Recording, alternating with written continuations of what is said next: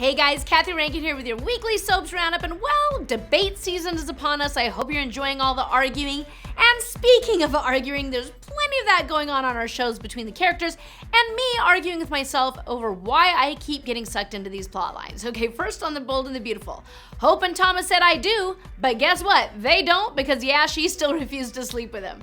Liam overheard Thomas and Flo discussing a secret, so it's not much of a secret, and he went to find Wyatt for help. Flo finally admitted to Wyatt that she did not give birth to Phoebe, and little Douglas overheard his father threatening Flo on the phone about Beth being alive, and disregarding his father's warnings as kids do, told Hope. Coming up, Liam finally begins to put the pieces together, and believe me, the audience can be happier because we're so over this whole thing. Okay, on Days of Our Lives, the real Susan came face to face with Kristen, disguised as her, but Kristen claimed to be Susan's twin, Sister Mary Mora, who had left the sisterhood, and I need some prayers and Hail Marys that I can continue to follow this confusing storyline.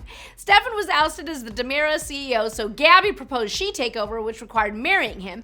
Kristen also planned to marry a DiMera disguised as Nicole, and it was revealed that Tony DiMera is back from the dead yet again, and Eve gave Jack a fake serum so he wouldn't regain his memory, and then torched Rolf's diary with the formula. I'll tell you what's smoking on this show, the writers. These have to be the craziest plots in daytime TV. Coming up, Jack fires Eve.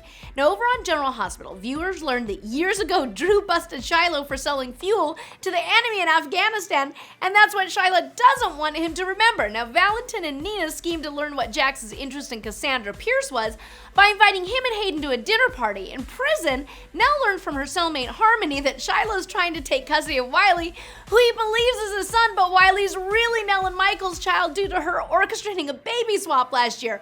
Okay, wait, so these writers are smoking the same thing as the Days writers. Coming up, Ava turns to a new psychic to channel her dead daughter, Kiki. How many times are you going to try and channel this poor girl? Leave her alone in the afterlife.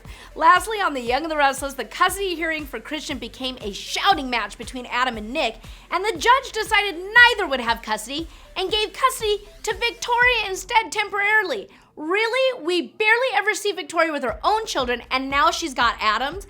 Where is she fitting all this parenting time in when she's running a multi-billion-dollar conglomerate, plotting takeovers against all her dad's enemies, and hanging out at Society, the new hotspot in town? Well, meanwhile, Theo, who, guys, he may be cute, but he needs some serious acting lessons. He went into business with Phyllis to open Phyllis's new hotel, and later Victoria and Phyllis teamed up to take Adam down. And back from Paris, Jack suddenly revealed that he and Ashley agreed to merge their companies and work together. Wait a minute, they just hated each other a few weeks ago. Coming up, Billy begins a downward spiral, which is nothing new since he has a downward spiral by about every 6 months. And by the way, what the heck happened to the whole death of Chelsea's husband? Has that whole thing just been totally swept under the rug? You tell me. All right, that's it for this week, you guys. We'll see you next time on your weekly soaps roundup, and don't forget to follow us on Facebook and Instagram.